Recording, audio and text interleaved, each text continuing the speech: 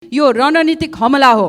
यसको रासोमा विरोध गर्छ। सचेत रहनुहोस्, तपाईले हामीलाई रोक्न सक्नुहुन्न, सक्दै त सक्नुहुन्न। त्यसको लागि राज्य तयार छ भने त्यो आन्दोलन गर्नको लागि हामी पनि तयार छौँ। यदि हाम्रो आवाज सुनिँदैन भने, यसलाई समाधान गरिँदैन भने। राष्ट्रिय स्वतन्त्र पार्टीले सधैँ व्यथितिको कुरा गर्यो, भ्रष्टाचारको कुरा गर्यो र त्यति बेला हामीलाई अरूकाको कुरा काट्ने मात्रै भनियो। तर आज घटनाहरूले प्रमाणित गर्यो कि यो देशमा भ्रष्टाचार कति रहेछ। सरकारले कतिजनाको, कति बच्चाको मृत्यु कुरिरहेको छ, जवाफ चाहियो। सम्माननीय सभामुख मार्फत म सरकारको गम्भीर ध्यानाकर्षण गराउन चाहन्छु। र यो हामीले भोग्दै आएको राजनीतिक संस्कार एउटा कम्बल चोरको भन्दा पनि भ्रष्ट र पतित हुँदै गर्दा राज्यको संयन्त्रहरू ठुलो ठुलो हेर्दै बस्ने कहिलेसम्म सम्माननीय सभामुख महोदय? निजी लाभका लागि सार्वजनिक पदको दुरुपयोग। तर हामीलाई हाम्रो देश प्रमाणित भयो कि अथाह स्रोत साधन हुँदै पनि यहाँ हामी गरिब हुन बाध्य भयो। होइन, यो सरकारलाई धिक्कार्ने छ सभामुख महोदय। बच्चा बनेर लेबल लगाएका र टी सर्ट र जिन्स लगाएकामा अमर्यादित भनेर खिल्ली उडाइएका सबैलाई विश्वस्त पार्न चाहन्छु। विगतका केही बैठकहरूमा भ्रष्टाचारको विषय 171 पटक उठान भएको तथ्याङ्क बाहिरिएको छ। सुनवाई कहिले हुन्छ सभामुख महोदय? दलका शीर्ष नेताहरू पटक पटक भेटिरहेको समाचार हामी सुन्छौँ। देशमा केही आपत परेको बेलामा बाढी, पहिरो, भूकम्प वा केही अन्तर्राष्ट्रिय जगतसँग सम्बन्धित। मान्य सभामुख महोदय, राष्ट्रिय स्वतन्त्र पार्टीले सधैँ व्यथितिको कुरा गर्यो, भ्रष्टाचारको कुरा गर्यो र त्यति बेला हामीलाई अरूकाको कुरा काट्ने मात्रै भनियो। तर आज घटनाहरूले प्रमाणित गर्यो कि यो देशमा भ्रष्टाचार कति रहेछ, यो देशमा भ्रष्टाचार कति व्याप्त रहेछ। सभामुख महोदय, धेरै वर्ष अगाडि एउटा किताब लेखिएको थियो, बटम बिलियनायर, अर्थात् पिँधमा रहेका अरबपतिहरू। त्यो किताबमा भनिएको थियो कि एउटा देश असाध्यै अथाह स्रोत साधन हुँदै पनि गलत नियत भएका र स्वार्थी राजनीतिज्ञहरू भयो भने सधैँ गरिब हुन्छ भन्ने कुरा लेखेको थियो। आज हामीलाई हाम्रो देश प्रमाणित भयो कि अथाह स्रोत साधन हुँदै पनि यहाँ हामी गरिब हुन बाध्य भयो। तसर्थ अहिले जुन नक्कले भुट्ने शरणार्थीको विषयमा जुन घटना आएको छ, यसले नेपाली राजनीतिलाई जति लज्जित बनाएको छ, म सम्मान्य सभामुख मार्फत नेपाल सरकारका गृहमन्त्रीलाई संसदमा आएर त्यो घटनाको छानबिन कहाँ पुगेको छ जवाफ दिन हुन अनुरोध गर्दछु। र नेपाल राष्ट्रको लागि म सम्मान्य सभामुख मार्फत नेपाल सरकारलाई यो घटनाप्रति लज्जा बोध गरेर खेद प्रस्ताव पास गर्न अनुरोध गर्छु। धन्यवाद। सम्मान्य सभामुख महोदय, वर्षात सुरु भएको छ, यो सँगसँगै अब डेङ्गु सङ्क्रमण फैलिन पनि सुरु हुन्छ। यो डेङ्गु यस्तो गाह्रो छ कि मैले पहिला प्रदेशमा हुँदाखेरि पनि 1.5 वर्ष अगाडि नै डेङ्गु रोकथामको पूर्व तयारी गरौँ सङ्क्रमणको भनेर भनेको थिएँ। त्यतिखेर पनि वास्ता गरेन र गत वर्ष हामी सबैजना कतिले दुःख पायौँ। सानो बच्चाहरूले, ज्येष्ठ नागरिकहरूले साह्रै दुःख पाएछ सभामुख महोदय। सरकारको गम्भीर ध्यानाकर्षण गराउँछु। पूर्व तयारी यसलाई बरु विपद व्यवस्थापन अन्तर्गत राखेर तिनै तहको सरकारसँग समन्वय गरेर चाहिँ अहिले नै बरु डेङ्गुको लार्भाहरू नष्ट गर्ने कि अभियान चलाउन सुरु गर्यो भने नागरिकहरूले धेरै राहत पाउँछ सभामुख महोदय। Prevention is better than cure भने जस्तो अहिले हामीसँग समय छ, नभए हरेक डेङ्गु ग्रसित हुने मान्छेले हामीलाई सम्झिनेछ। होइन, यो सरकारलाई धिक्कार्ने छ सभामुख महोदय। धन्यवाद। सम्माननीय सभामुख महोदय, मौर्य साम्राज्यका महामन्त्री चाणक्यले चिसोबाट पीडित जनसमुदायलाई कम्बल वितरण गर्ने दिनको अघिल्लो रात बस्तीको सानो कुटीमा बिताउँछन्। कुटीमा राति चोर आउँछ, चोर्न लायक केही नपाएपछि त्यही कम्बल चोरेर भाग्ने सोच्दै गर्दा महामन्त्री चाणक्यलाई पुरानो च्यातिएको कम्बल ओढेर सुतेको देखेपछि चोरको आत्माले आफैलाई धिक्कारेको महसुस गर्दै कम्बल नचोरी भाग्छ।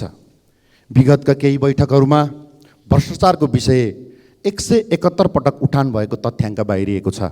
सुनवाई कहिले हुन्छ सभामुख महोदय?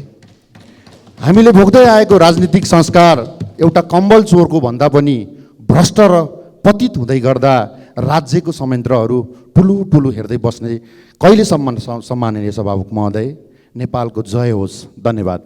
सम्माननीय सभामुख महोदय, तारकेश्वर नगरपालिका वडा नम्बर 10 मनमैजुमा राष्ट्रिय न्यायिक प्रतिष्ठान बन्ने क्रममा केही जग्गाहरू रोकिराखियो।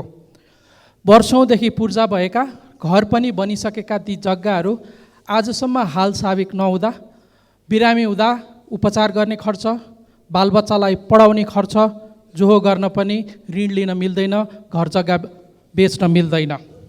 यसरी वर्षौँसम्म, 10औं वर्षसम्म हाल साबिक नगरिएको यो अवस्थालाई अन्त्य गरियोस्, ती जग्गाहरू हाल साबिक गरियोस् र त्यहाँका जनतालाई न्याय मिलोस्। धन्यवाद।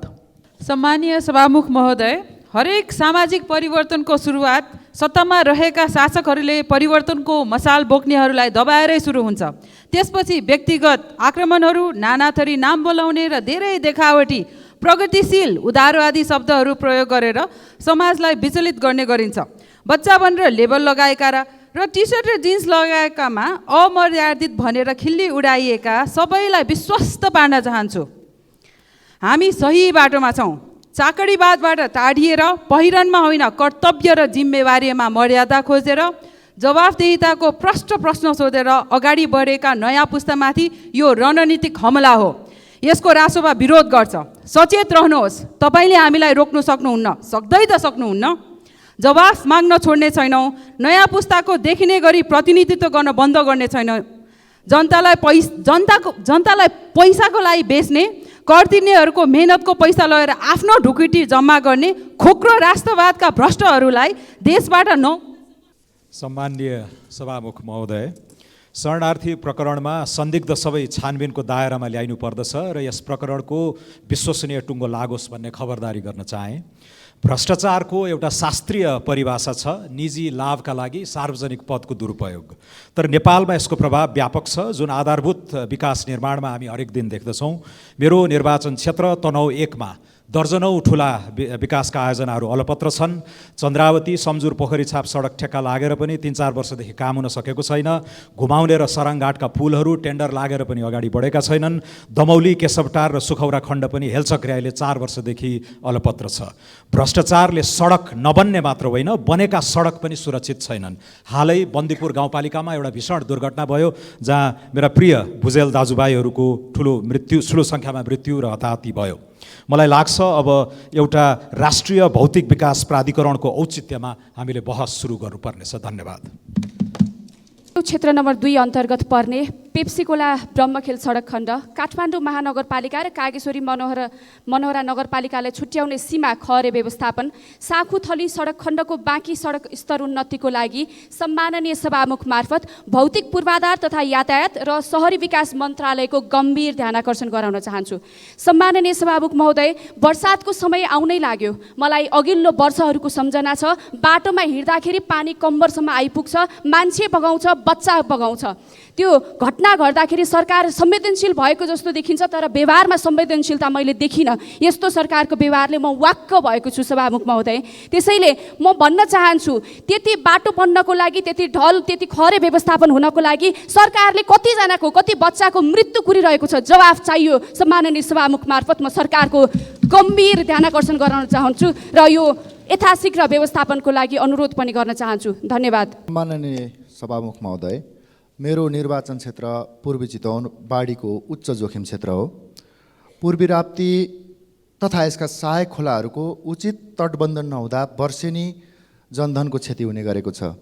लोथरदेखि सौरासम्मको राप्ती ड्याक विभिन्न खण्डमा मर्मत सम्भार नहुँदा ड्याक फुट्ने सम्भावना रहेको छ। भण्डारा, कठार, कुम्रोज, सौरा लगायतका क्षेत्र बाढीको उच्च जोखिममा रहेको छ। वर्षायाम लाग्दैछ, ड्याक मर्मतमा कसैको चासो छैन, उचित व्यवस्था गरिएको छैन। सभामुख महोदय मार्फत म सम्बन्धित मन्त्रालयलाई यो ड्याकको अहिले तुरुन्तै मर्मत सम्भारमा तुरुन्तै लाग्नको लागि सम्बन्धित मन्त्रालयको ध्यानाकर्षण गराउन चाहन्छु र सहायक खोलाहरूको तटबन्धनको लागि उचित बजेट तर्जुमा गर्नको लागि म सरकारको गम्भीर ध्यानाकर्षण गराउन चाहन्छु। धन्यवाद। सम्मानीय सभामुख महोदय, विश्वमा भएको लामो आन्दोलनहरूमध्ये भारतमा कृषक आन्दोलन, थाइल्यान्डमा रेड टी सर्ट मुभमेन्ट जुन मध्यमवर्गीयहरूलाई असमानताको व्यवहार गरियो, राज्यको हेपाहा प्रवृत्ति विरुद्ध भएको अरब स्प्रिङ र anti corruption movement in Brazil, यो विश्वको लामो आन्दोलन र मुभमेन्टहरूको केही उदाहरणहरू हुन्। तर यो सबैमा एउटा समानता छ। त्यो समानता भनेको राज्यबाट भएको हेलचक्राइ र कमजोरीहरू। हाम्रो देशमा पनि एउटा अहिले ठुलो अपराध, देशद्रोही र भ्रष्टाचारको मुद्दा चर्चामा छ। यसमा इन्स्टलमेन्टमा संदिग्धहरूको, यसमा शङ्कास्पदहरूको इन्स्टलमेन्टमा नाम आउँछ र उनीहरूलाई आफ्नो मोबाइल फर्म्याट गर्ने, लुक्ने, समाचारहरू सुल्झाउने र आफूले योजनाबद्ध रूपमा सार्वजनिक हुने मौकाहरू पाइरहेका छन्। केहीहरू त फरार पनि हुँदैछन् रे भनेर सुनिन्छन्। यस्तो किन हुन्छ? 3 दलका शीर्ष नेताहरू पटक पटक भेटिरहेको समाचार हामी सुन्छौँ। देशमा केही आपत परेको बेलामा बाढी, पहिरो, भूकम्प वा केही अन्तर्राष्ट्रिय जगतसँग सम्बन्धित विपद परेको बेलामा त नेताहरू यति तारमतार भेटिरहेको समाचार त सुन्दैनथ्यौँ हामी। अहिले किन सुनिन्छ? अहिले किन उहाँहरूको त्यसमा त्यति आकर्षण देखिएको छ? त्यसैले यो सम्भावित व्यक्तिहरू, संदिग्ध व्यक्तिहरू भाग्न पाउने मौका पनि नपाऊँ र यसमा सम्बन्धित समाचारहरू यो आशंकाको घेरामा रहेका व्यक्तिहरूको नामाकरणहरू इन्स्टलमेन्टमा पनि बाहिर नआओस्। यसलाई एउटा प्याकेजमै बाहिर लिएर आएर सबैलाई, शङ्कास्पद व्यक्तिहरूलाई घेरामा राखेर यसको उपचार गरियोस्। अन्यथा हामी के अरू देशमा भएको जस्तै लामो आन्दोलनहरूको लागि तयारी गर्दैछौँ? त्यसको लागि राज्य तयार छ भने त्यो आन्दोलन गर्नको लागि हामी पनि तयार छौँ। यदि हाम्रो आवाज सुनिँदैन भने, यसलाई समाधान गरिँदैन भने, तसर्थ यसलाई गम्भीरतापूर्वक हेरियोस्। प्रतिनिधि सभाको 26 गते र 27 गतेको बैठकमा यो नेपालीलाई भुटानी शरणार्थी बनाएर बिक्री वितरण गर्ने मानव तस्करीको राष्ट्रघाती कामको विरुद्धमा यो सदनमा बुलन्द आवाज उठेको थियो र 27 गतेको बैठकमा स्वयं सभामुख महोदयले सरकारलाई संसदको तर्फबाट जानकारी गराउनको लागि रुलिङ पनि भएको थियो। तर आजको कार्यसूचीमा पनि मैले सरकारले यस विषयमा यो सार्वभौम सदनलाई जानकारी गराउने कार्यसूची मैले देखिनँ। म माननीय सभामुखज्यूको गम्भीर ध्यानाकर्षण गर्न चाहन्छु र भन्न चाहन्छु, यस्तो जघन्य विषयमा, यस्तो अपराधजन्य विषयमा आजसम्म सरकारले यो सार्वभौम सदनलाई आएर यस्तो भएको छ, यति प्रगति भएको छ, हामी यो गर्दैछौँ भनेर भन्न के कारणले चाहिँ समस्या भइरहेको छ? आज देशव्यापी रूपमा यो भ्रष्टाचारका विरुद्धमा सिङ्गो देश आन्दोलित छ, अन्तर्राष्ट्रिय जगतको ध्यानाकर्षण भएको छ, संसद चलिराखेको छ र सरकारले अहिले पनि यसको अनुसन्धानमा ढिलासुस्ती आलताल गरिरहेको छ र जनतालाई यसको निष्पक्ष छानबिन हुन्छ भन्ने कुरामा विश्वास छैन, कारबाही छैन। अस्ति 28, 29, 30 बसेको नेकपा एमालेको केन्द्रीय कमिटीको बैठकले संस्थागत रूपले यसमा निष्पक्ष छानबिन गर्न र दोषीलाई कारबाही गर्न माग समेत गरेको छ। यस सन्दर्भमा म आजको यो बैठकमा सरकारले यस विषयमा सदनलाई जानकारी दिनुपर्छ अनि मात्रै सदनको काम अगाडि बढ्नुपर्छ भन्ने कुरा म माग गर्न चाहन्छु, ध्यानाकर्षण गर्न चाहन्छु र यो जघन्य अपराधको निष्पक्ष छानबिन होस्, दोषीलाई कारबाही होस् र अन्य यो बिचमा चाहिँ जनप्रतिनिधिको नाममा, पार्टीको नेताको नाममा वा अरू कुनै पनि व्यक्तिको नाममा गरिने भ्रष्टाचारजन्य क्रियाकलापहरूलाई निरुत्साहित गर्न, दण्डनीय गर्न दृढतापूर्वक यो संसद उपस्थित हुनुपर्छ र सरकारले तदनुरूपको काम गर्नुपर्छ भन्ने कुरा म यो सदनको ध्यानाकर्षण गर्न चाहन्छु र सभामुखज्यूलाई त्यस अनुरूपको रुलिङ गर्नको निम्ति माग गर्दछु। धन्यवाद। आज 59औं राष्ट्रिय विद्यार्थी दिवस।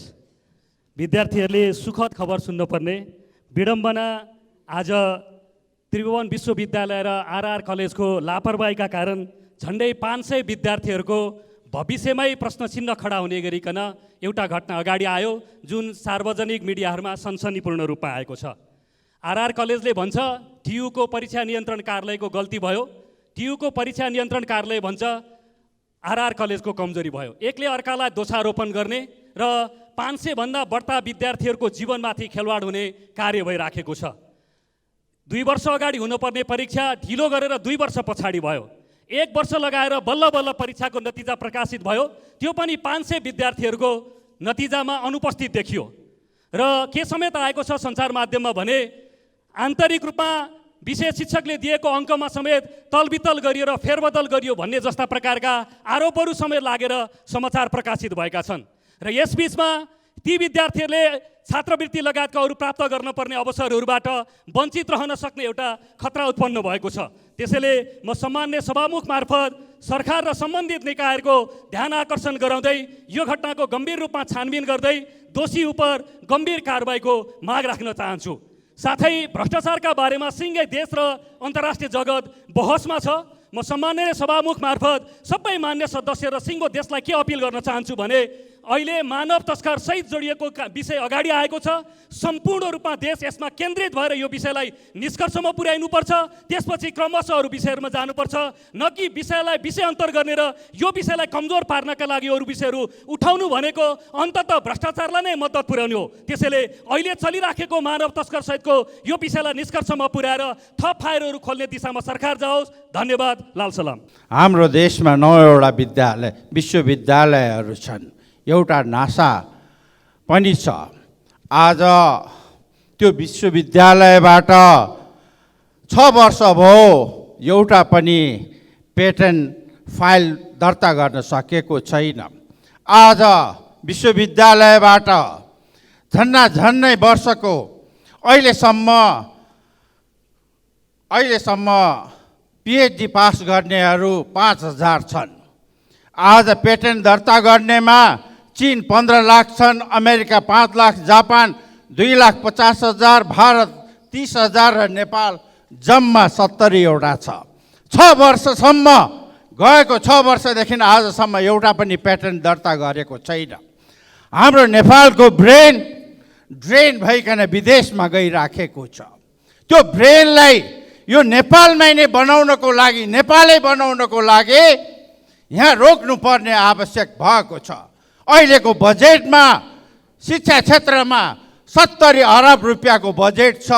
1 अरब त्यो ब्रेनलाई, त्यो अनुभवलाई, त्यो विज्ञलाई यो देश बनाउनको लागि किन नराख्ने? मान्य सभामुख महोदय, आज त्यो ब्रेनलाई साँच्ची भन्ने हो भने 60 वर्षभन्दा मुनिका ती ब्रेनलाई यो देश बनाउनको लागि 40-50 हजार महिनाको दिएर यो देश बनाऊ, यो माटो बनाऊ, यो कल कारखाना बनाऊ भनिकन हामीले किन नगर्ने? त्यो बजेटमा अर्थमन्त्रीज्यूले किन नराख्ने? नेपाल सरकारले किन नराख्ने?